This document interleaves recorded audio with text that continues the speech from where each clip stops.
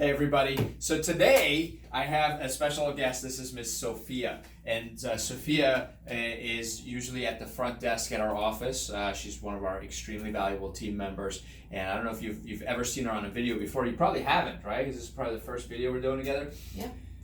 But here's the question. I wanted to ask her a question. I thought, well, we should just record this, So I don't know what she's going to say, and she certainly doesn't know what I'm going to say.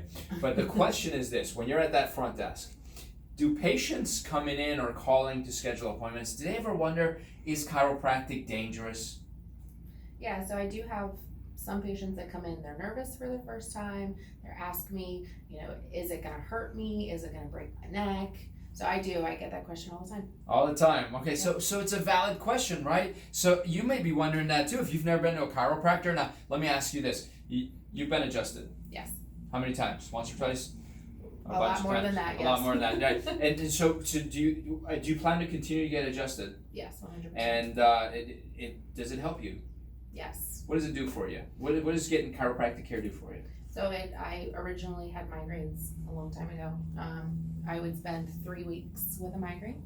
And since then, my last migraine I think was about 3 weeks ago. So. Sweet. And so were you afraid before you got your first adjustment?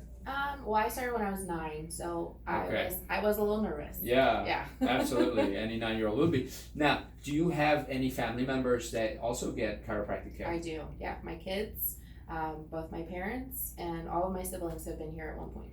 Wow. So and the kids are okay with getting adjusted. Were you afraid to have your kids? I guess you were, because you were 9 when you got adjusted. Mm-hmm. You weren't so afraid, but there are probably some people who are going, chiropractic might be safe for adults, but it's probably really dangerous for children. Mm-hmm. How do you feel about that? Well, because I know you guys, and obviously I trust you with me. I trust you with my kids. They were nervous to begin with, of course, but you guys are really good with the kids. They've never had any problems, and now they just come right in. They're ready to go. Yeah. They're climb right on the table. They even pretend to adjust themselves, each other. That's great. Well, listen, so here's the thing, but none of that answers the question, right? If chiropractic is safe or dangerous, right? Here's one parameter people look at, there's this thing called risk, right?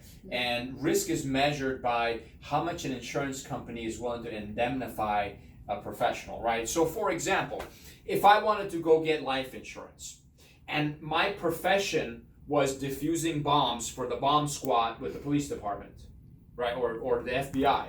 Do you think my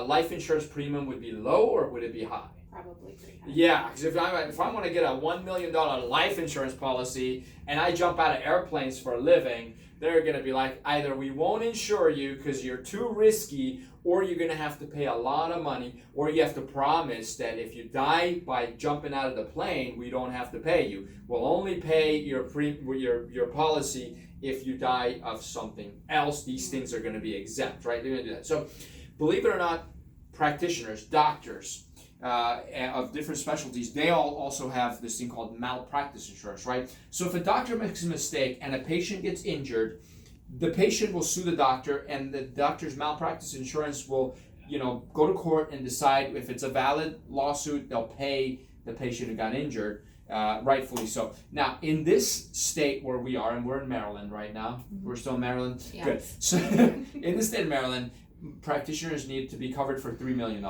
So lawsuits of up to $3 million, they have to have coverage for. Otherwise, you're not allowed to have a license. You won't be allowed to practice. So everybody who practices has malpractice insurance. So if you look at malpractice insurance premiums, you know how risky a doctor is, right? So would you agree if my malpractice insurance was $50,000 a year, I had to pay $50,000 a year every year just to be covered for $3 million, I'd be a pretty risky doctor, right? Yeah. And if my malpractice insurance was only $1,000 a year, you'd be like, oh my gosh, he only pays $1,000 a year, but he's still covered for the $3 million. That means it's very low risk. Any insurance would want to sell malpractice to this guy because he obviously doesn't get sued a lot, or she doesn't get sued a lot. So I thought we'd look that up. You want to see? Yeah. So we looked up some different professionals, and check it out. Come over here. So right here, these are the premiums. This is Medscape malpractice report from 2019. So this is last year. An OBGYN, a gynecologist, pays $46,000 annually for the $3 million. And that varies. That's an average. So some states are higher, lower. I remember at one point in Maryland, they were up to $200,000 annually. I have a half brother who was an OBGYN who I've heard has to pay close to $100,000 annually to be covered for malpractice. A surgeon is $34,000 a year. Radiology is $21,000 a year. Anesthesiology, $15,000. Internal medicine, you can see the risk lowers. A psychiatrist on average pays $5,000 per year. So you go, okay, so they're the least risky of the medical professionals, right? So I wonder how much a malpractice premium is for a chiropractor. Now I know what I pay, but let's see what the average is, national average. Where are we? There it is. So this is chiropractic. In 2016, the average was $3,000, $3,000, $2,700, $2,900, basically $3,000 a year for the same coverage as somebody else. It's actually less risky than psychiatry. And so that right there is one parameter for whether chiropractic is safe or not. My personal malpractice is less than $2,000 a year. And I have coverage that covers me, not just for me, but if one of our other doctors makes a mistake, I would be liable as well because they work for me, so my practice has to cover them as well. Plus other offices that we have ties in.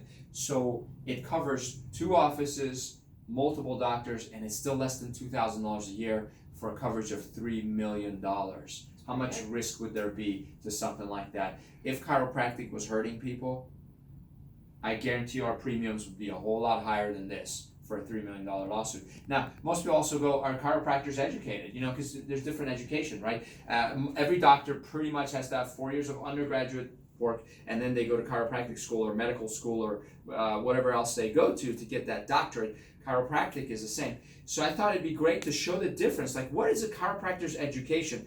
After the 4 years of undergrad, where you get your basic science requirements, when you go to chiropractic school, and it's just under 4 years to get your doctorate, here's what the education looks like. Right here. You can see that okay?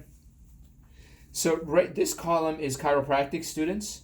This column is medical students. And you can see the number of credit hours that they take. In anatomy, it's about the same. Chiropractors and medical doctors get the same number of anatomy.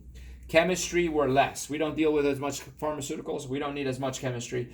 The diagnosis, nearly double number of hours in diagnosis. And that's important because if someone comes in with low back pain, we need to know if it's their kidneys causing it or if it's a herniated disc. We need to know the difference. We have to understand that. Microbiology, about the same. Neurology, almost 3 times as much number of hours in neurology. Why? Because chiropractic is neurology. We're dealing with the spinal cord and all the nerves that come out of it. We better know what those nerves do and where they come from. So more hours than medical students. Obstetrics, not a whole lot, right? 60 compared to 150. Orthopedics, though, 210 hours. Medical students do 155. Pathology is 360 versus 400. Physiology, 240 versus 325. Psychiatry, we don't do a whole lot of that, but radiology is double, more than double, 360 hours of radiology versus 150 hours.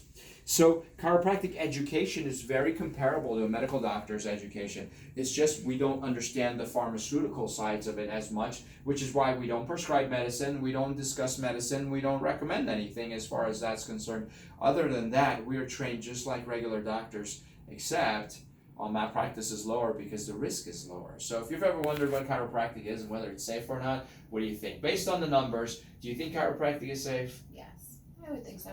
I'd agree with you.